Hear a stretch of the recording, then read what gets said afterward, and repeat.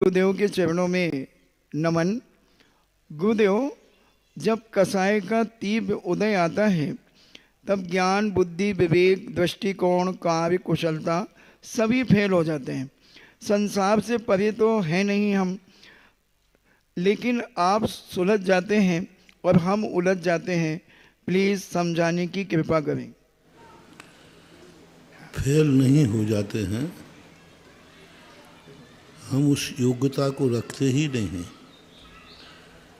कभी कोई व्यक्ति फेल होता ही नहीं, उसमें उस कार्य करने की योग्यता ही नहीं थी, क्योंकि पहले से ही उसने ऐसा कर्म बांध लिया। कर्म सिद्धांत कहता है कि जब तुमने कर्म ही ऐसा बांध लिया है तो वो कर्म अपना फल देता है, और फल देने के कारण से अपन को लगता है कि हम फेल हो गए हैं।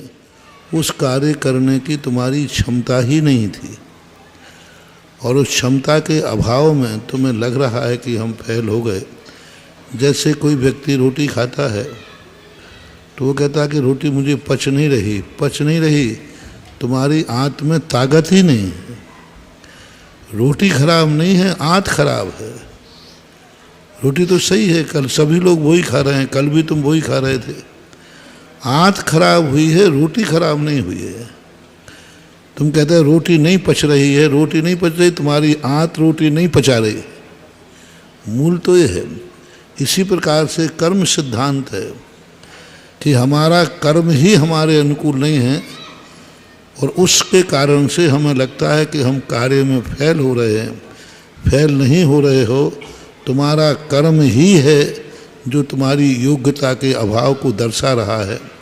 अब सबसे पहले हमें रोटी के संबंध में चिंता न करें, अपनी आंत को ठीक करें, अपनी किस्मत को ठीक करें, अपने कर्मों को उदीर्ण करें, कर्मों का क्षयोपशम करें, कर्मों को हम किस प्रकार से संक्रमित करें, और जैसे ही कर्म संक्रमित हो जाएगा तैसे ही उसी कार्य में कल तुम्हें सफलता भी मिल जाती है।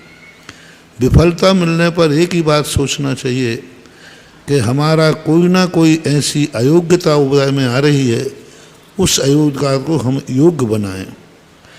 जैसे कोई सीए आदि की परीक्षा देता है तो एक टर्न में पास नहीं होता तो दोबारा प्रसाद करता है, तिबारा करता है।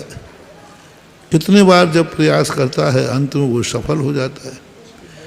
ऐसा ही यहाँ है, यदि हम सच्चे मन से लगे रहें तो हम एक बार फेल होंगे, फिर हम तुरंत किस्मत को सुधारेंगे, पुनः कुछ अच्छे काम करेंगे, फिर देंगे कुछ नंबर बढ़ेंगे, फिर तीसरी बार करेंगे, 5-7 बार बिगड़ी हुई किस्मत को हम सुधारेंगे। अंत में एक ना एक दिन हमारी किस्मत सुधर जाएगी और हम सफलता प्राप्त कर लेंगे। जैसे लौकिक पढ़ाई में आप कभी हताश नहीं होते। 8 बार सीए का एग्ज़ाम देते हैं बच्चे, 8 बार, फिर भी लगे रहते हैं। तो ऐसे ये सिद्धांत है, तो सब सिद्धांत एक समान ही है। वहाँ सीए का व्यक्ति बार बार सेमेस्टर पास कर रहा है, ऐसी अपनी किस्मत है, इसमें लगे रहना चाहिए। एक ना एक दिन किस्मत तुम्हारा साथ देगी और तुम सफलता भी प्राप्त करोगे। श्रीमती